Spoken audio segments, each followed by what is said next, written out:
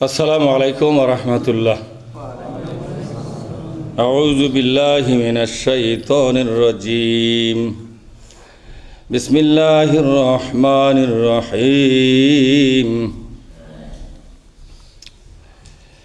আলিফ লাম মিম সাদ। কিতাবুন উনজিলা ইলাইকা ফালা ইয়াকুন ফি সাদরিকা হারাজুম মিনহু লিতুনজিরা বিহি ওয়া যিকরা লিল মুমিনিন। মাদানী সূরা বলা হয় সেই সূরাগুলোকে যে সূরাগুলা আপনার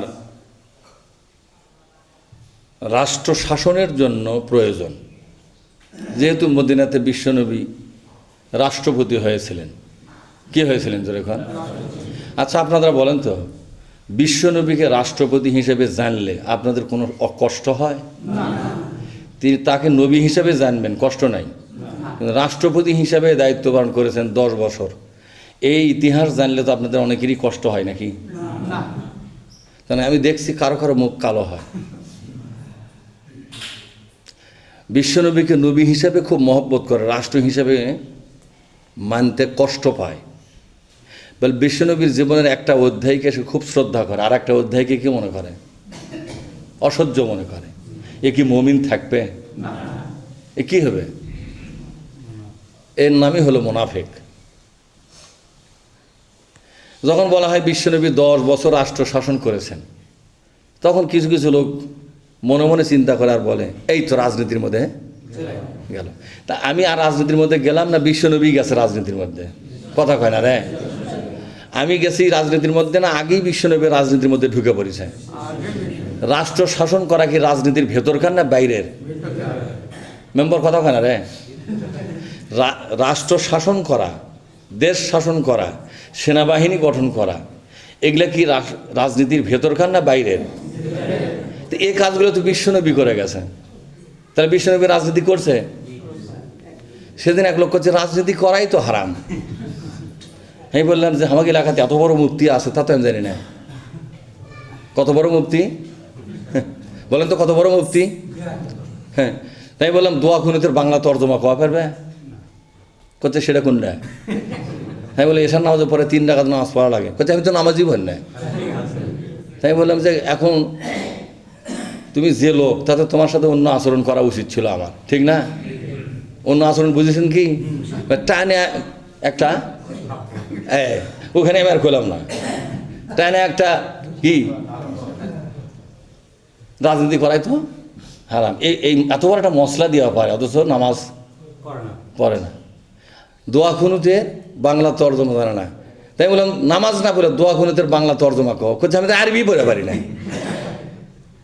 আর দোয়া খুনুত কি? এটা একটা দোয়া, এটা একটা শপথনামা। করছে হুজুর আমার বিষয়ে জ্ঞান নেই। যখন করছে জ্ঞান নেই, তখন আর কিছু কওয়া যায়? এই মশলা দিলে এই কিতাব কতদিন পড়ছে? করছে পড়া লাগবে কে? হুজুররা কয় না? তার মানে ওরগের কথার মতো হুজুররা এই সমাজে কথা কয় না রে। ওই গ্রুপের একদল হুজুর আছে, তারা আবার মসজিদের ইমাম, মাদ্রাসার বড় বড় মোহতামি, বড় বড় মাঠের ইমাম, বড় বড় মাহফিলের বক্তা। এগুলো তাহলে হুজুররা কয় ভাগে বিভক্ত? 2 ভাগে বিভক্ত। এই জন্য সব হুজুর হুজুর নয়। কিছু হুজুর আছে কোরআন বিরোধী হুজুর। কি বিরোধী হুজুর? কোরআন বিরোধী হুজুর। বিশ্বনবীর জীবনের 10 বৎসর অস্বীকারী হুজুর। কথা কয় না? বিশ্বনবীর জীবনের 10 বৎসর অস্বীকারী হুজুর। বিশ্বনবীর জীবনের শেষ 10 বৎসর রাষ্ট্র শাসন করেছেন। রাজনৈতিক ময়দানে বিশ্ব বরেণ্য রাজনীতিবিদ হিসাবে দুনিয়ায় খ্যাতি অর্জন করেছেন যিনি, তিনি কে? মুহাম্মদ রাসূলুল্লাহ সাল্লাল্লাহু আলাইহি ওয়াসাল্লাম। যে হুজুররা এই 10 বছরের অধ্যায়কে স্বীকার করে না, এর চর্চা করে না, এই হুজুর হচ্ছে বিশ্বনবীর রাজনীতির অধ্যায়কে অস্বীকারী। বিশ্বনবীর জীবনের একদিন অস্বীকার করলে কি ঈমান থাকবে? আর 10 বছর অস্বীকার করলে ঈমান মনে হয় আরো বেশি পাকা হবে। কথা কয় না রে, আরো বেশি পাকা হবে। কি হবে ঈমান? ঈমান কি হবে? নষ্ট হবে। আর ঈমান কচুর জোলাত যাবে। আর ঈমান কি সিজ করে নিয়ে আল্লাহকে জাহান্নামে দেবে। দেবে কোথায়? হ্যাঁ, বিশ্বনবীর জীবনের একটা অধ্যায়কে তুমি খুব শ্রদ্ধা সম্মান করবে, আর আরেকটা জীবনের অধ্যায়কে তুমি একেবারে সম্পূর্ণ অস্বীকার করবে, ওইদিকে তুমি যাবাই না। এটা কোনদিন মুসলমানের চরিত্র হতে পারে? কষ্ট পেলেন? কথা কন নাকি? কষ্ট পেলেন? কষ্ট না হয় ভালো। আর ফাইলে আর কি করার আছে কণ্ঠ? আপনি তো ওই মৌলবিকের গ্রুপের লোক, তাহলে বোঝা গেল। তা না হলে কষ্ট পাচ্ছেন কি জন্য আপনার?